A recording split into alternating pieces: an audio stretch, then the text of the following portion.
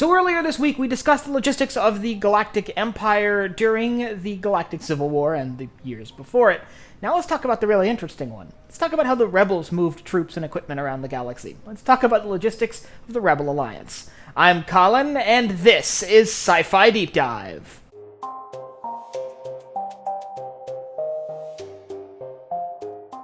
Remember, if you enjoyed this video, to head down below and hit that subscribe button. Now, the Rebel Alliance is a very unique faction in Star Wars history because they are an underground rebellion against the galactic government. Unlike the Separatists, which immediately claimed ground and attempted to secede from the galaxy, the Rebel Alliance sought to overthrow the existing government and operated on the same territory as the Galactic Empire for the entirety of the Galactic Civil War, so they had to come up with some very unique and very interesting strategies to move their troops and supplies around the battlefields of the Galactic Civil War. So today, let's discuss exactly how that's done. And we're going to start, like we did with the other factions, with the troops. How did the rebels move their people around the galaxy? The Rebel Alliance had to move their troops around quietly to prevent the Empire from finding them, so when they weren't moving with the main rebel fleet, which operated in the shadows, sneaking from location to location, carrying a small garrison of soldiers with them, they were being shipped around on freighters that were clandestine rebel ships, or even simply booking transport on civilian transports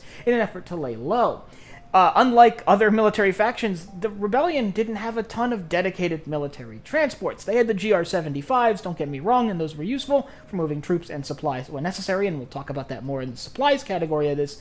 But for troops, it's likely that the Rebellion leaned a lot on civilian transport, as it would simply raise less flags from Imperial oversight that was, at a certain point, actively looking for rebel activity. That being said, there definitely were rebels that were tied to rebel fleet operations or various rebel bases that would be moved on things like GR-75 transports or garrisoned on board things like Nebulon B-class frigates. But there is a pretty big downside with moving your soldiers on civilian transport. It makes it very difficult to bring equipment and weapons with you. You really can't get onto a flight in Star Wars with a bunch of weapons, so those need to be moved a different way. So that brings us to supplies, because you need a lot of supplies to keep an army like the military used by the Alliance to restore the Republic afloat, especially when you're fighting such a large and capable enemy like the Galactic Empire. So how exactly do you move those around? Well, the answer is, once again, usually smugglers.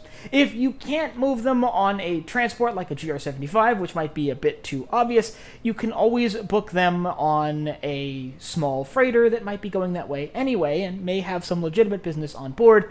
So what's the harm in them making a few extra credits by smuggling a few crates along with them that happen to have blasters and armor for rebel troops operating in the area? To a certain extent, the Rebel Alliance probably did the same thing with things like food and medical supplies, but unlike the Empire, the Rebel Alliance had a lot more goodwill in the galaxy, especially during the second half of the Galactic Civil War, and like the Empire, could rely a lot more on local suppliers, which I believe the Rebel Alliance did quite a bit. The very nature of the war they were fighting forced the Rebel Alliance to think outside the box and made it so they couldn't use things like large military transports like every other faction in galactic history. In fact, I bet if you were to poll rebel soldiers and find out how they got around the galaxy in between battles, you would find everyone has a different story, a different route they took to get to and from rebel forces, and a different route they took to get to and from battlefields, which, by the way, during most of the Galactic Civil War is a bit more abstract and usually fought in ways that don't involve a ton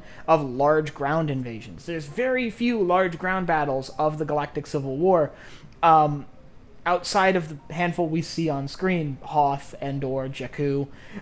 Most of the combat in the Galactic Civil War really was space combat. It's easier to hit and run with a starfighter than with a small ground team. Not saying that they weren't there, but when they were relatively rare and relatively small. That's your answer in a nutshell right there, is that the Rebel Alliance would lean a lot on things like smugglers and the black market to be able to buy and move goods. I'm sure the Rebel Alliance were common patrons of illegal weapon smuggling rings around the galaxy as a means of getting blasters, especially in places where the Empire might be cracking down on the personal possession of weapons, which makes perfect sense given the circumstances. And that's what makes it so difficult to talk about rebel logistics at the end of the day, is that it's so varied.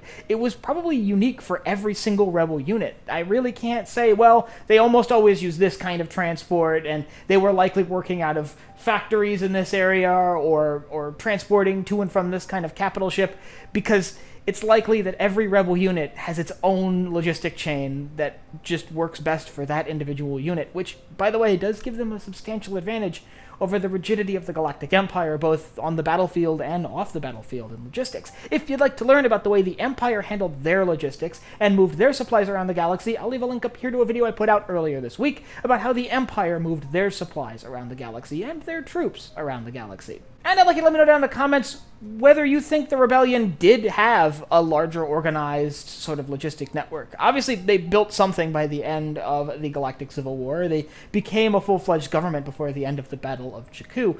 But do you think they developed a robust logistic network like all the other factions, or do you think they still leaned on things like smugglers? Do you think I'm putting too much stock in the idea of them buying from local vendors and using smugglers, or do you think that's likely how they did it? And if you have anything else you'd like to see me cover in Star Wars or anywhere else in science fiction, you can let me know down below in the comments. Last but not least, if you enjoyed this video, head down below, hit the like button, the subscribe button, and the bell icon so you get notified when I upload new videos. So for Sci-Fi Deep Dive, I'm Colin, and I will see you next time.